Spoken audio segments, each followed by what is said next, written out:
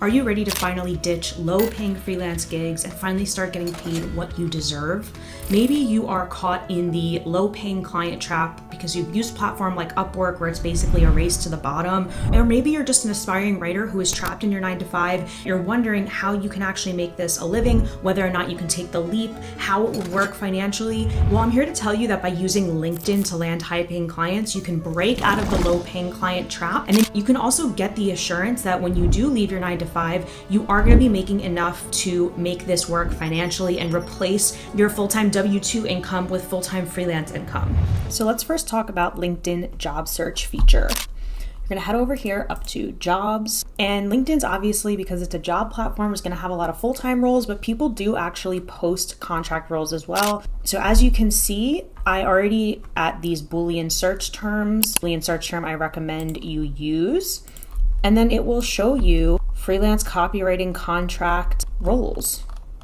Something I like to do is a little trick that I teach in my online course, but I go to these companies and I actually go to reach out to people and pitch them versus just applying for the role. I find that can be a little bit of a shortcut. Now let's talk about LinkedIn Marketplace. This is LinkedIn's way of one-upping platforms like Upwork and Fiverr. It has definitely not caught the same attention that those websites have, but I would say it's a step in the direction of LinkedIn trying to appeal to contractors and freelancers and consultants. And the way that you actually use Marketplace is to not go to the service Marketplace here. It's actually just to list it on your profile. So when you go to your profile, it will allow you to say that you are offering services, and this is what will show up as a services page.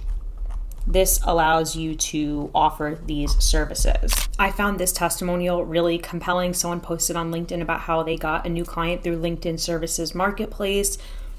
I really want you to pause the screen and actually read through this entire message, but basically she's a LinkedIn coach that offers executives writing services. Basically, she can rewrite their profile. And this client reached out to her because they found her profile via the services marketplace.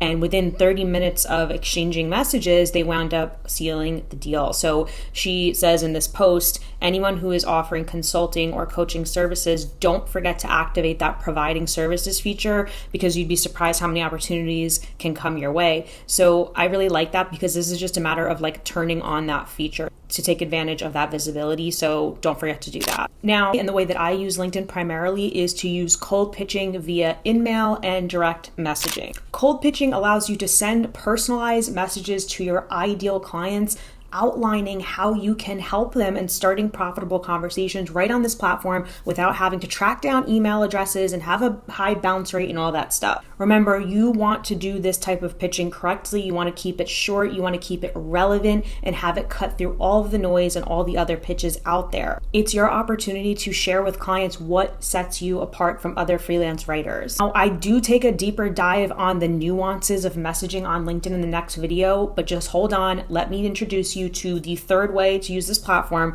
which is thought leadership and content creation, because that's going to allow you to attract inbound leads. One of the first things you're going to find when you hop onto LinkedIn is people posting their thoughts. They're not just doing that for fun and as a hobby, they're doing it to appeal to their ideal clients and attract inbound leads. As freelance writers, we understand the goal of content strategy intuitively, but there's definitely a certain way to do it on LinkedIn, and I'm going to share with you a little bit about how you can make that work for you. So if you do want to create a thought leadership content strategy, the first thing you're going to want to do is identify your target audience. Who are your ideal clients? Once you know that, you want to understand what their job title is, what type of content they are looking for, and really base all of your writing toward them and what's going to appeal to them. So for example, this guy is clearly targeting marketers and he's going to post about ads. Here's my friend Trixie posting a graphic that is a client testimonial, which proves her authority in her freelance writing business. Hi, Trixie, if you're watching this. Here's Emma Stratton, somebody who I actually had on my podcast, but this is a thought leadership post.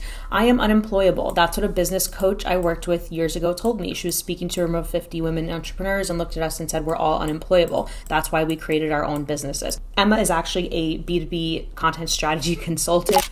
Writing a post like this is not just personal anecdote, but it's supposed to appeal and resonate to her target audience, which is people looking for consultants who have their own business. So something you can do is repost articles and share what your thoughts are on that article. All stuff that is providing value or insights to your ideal clients. And this can be a mix of different type of content, as I have shared with you. There's graphics and testimonials, there's sharing of articles, there's sharing personal stories. But here's what you want to keep in mind when it comes to a content strategy and a thought leadership strategy on LinkedIn. Consistency is key. So if you're going to be sitting there overthinking everything you write and then post once every 2 months, it's not worth your time. Just focus on cold pitching. Personally, I don't at this moment in time have a thought leadership or content strategy on LinkedIn because I rely so heavily on cold pitching. It works for my introverted self. It's not necessary, which is a huge relief to me because I've been a self-employed writer for over 4 years now without creating original content on LinkedIn. So it just goes to show you that while it's a great strategy and something that I might implement in the future, it's not necessary to make an income when cold pitching is a skill that you possess. Something that's cool about LinkedIn is that it allows you to monitor the metrics on the post and see how much engagement you are getting. This is just something that gets brought to my inbox. I did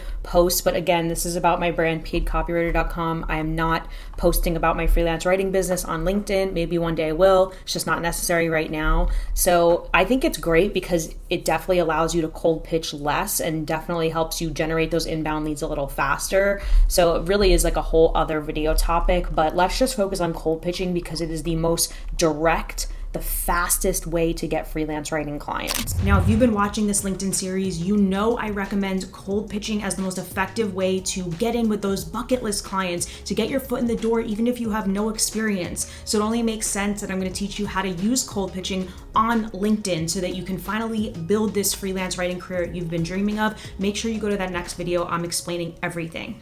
See ya.